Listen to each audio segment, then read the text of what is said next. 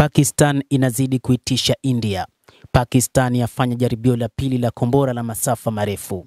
Pakistan imefanya jaribio hilo la makombora masafa marefu huku Iran ikimtuma waziri wake wa mambo ya nje kujaribu kuyapatanisha mataifa hayo mawili yenye silaha za kinyuklia. Taarifa ya Pakistani iliyotolewa hivi leo imeeleza kuwa jeshi la nchi hiyo limefanya jaribio la makombora lenye uwezo wa kusafiri umbali wa kilomita 120. Hilo ni jaribio la pili katika muda wa siku mbili. India inaishutumu Pakistan kwa kuhusika na shambulio hilo baya dhidi ya watalii katika eneo lake la Pahalgam huko Kashmir, tuhuma ambazo zimekuwa zikikanushwa na serikali ya Islamabad na kutaka uchunguzi huru ufanyike. Pakistan imelisifu jeshi lake kwamba liko imara na kusisitiza kuwa majaribio hayo yanalenga kuhakikisha kuwa wanajeshi wako tayari kuthibitisha iwapo vigezo muhimu vya kiufundi vimekamilika na kwamba silaha hizo zinaweza kutumiwa kwa usahihi.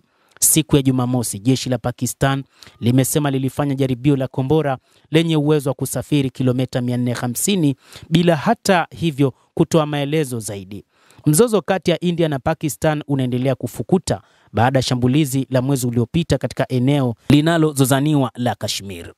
Waziri Mkuu wa Pakistan Shehbaz Sharif amesema katika taarifa yake kuwa ameridhishwa na maandalizi kamili ya jeshi kwa ulinzi wa taifa, akisisitiza kuwa kufanikiwa kwa majaribio hayo kunaonyesha wazi kwamba ulinzi wa Pakistan uko kwenye mikono salama. Sharif ameahirisha ziara yake iliyopangwa kufanyika Ijumaa nchini Malaysia kutokana na kuongezeka kwa hali ya wasiwasi kufuatia mvutano huo.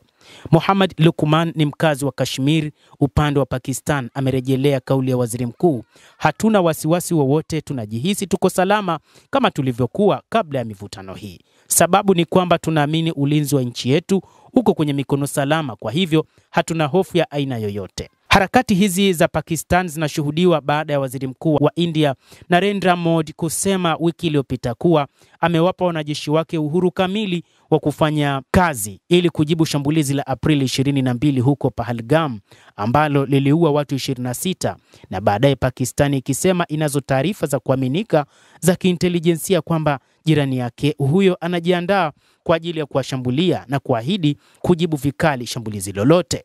Hayo yakiarifiwa, Iran imemtuma leo siku ya Jumatatu waziri wake wa mambo ya kigeni Abbas Araghchi huko Pakistan ili kujaribu kuwapatanisha mataifa hayo mawili jirani, na atakutana na mwenzake wa Pakistan Ishaq Dar ambaye amepongeza hatua hiyo ya upatanishi. Licha ya shinikizo la kimataifa, kuongezeka kwa uhasama kati ya India na Pakistan kunaonekana wakati huu mataifa mbalimbali yanaitaka India na Pakistan kujizuia na hatua zozote za kuchochea mzozo huo. Ziara ya Araghchi ni ya kwanza kufanywa na kiongozi wa kigeni tangu kuanza kwa mvutano huu mpya. Eneo lenye Waislamu wengi la Kashmir linalozozaniwa lina wakazi karibu milioni 15 na limegawanywa sehemu mbili ambazo ni India na Pakistan. Kila mmoja husimamia eneo lake, lakini kila mmoja amekuwa akidai kuwa eneo zima la Kashmir ni himaya yake. Mtazamaji wa The World News, endelea kutufuatilia, lakini ni kusihi tu usisahau kulike, usisahau kucomment, kadhalika na kusubscribe channel hii.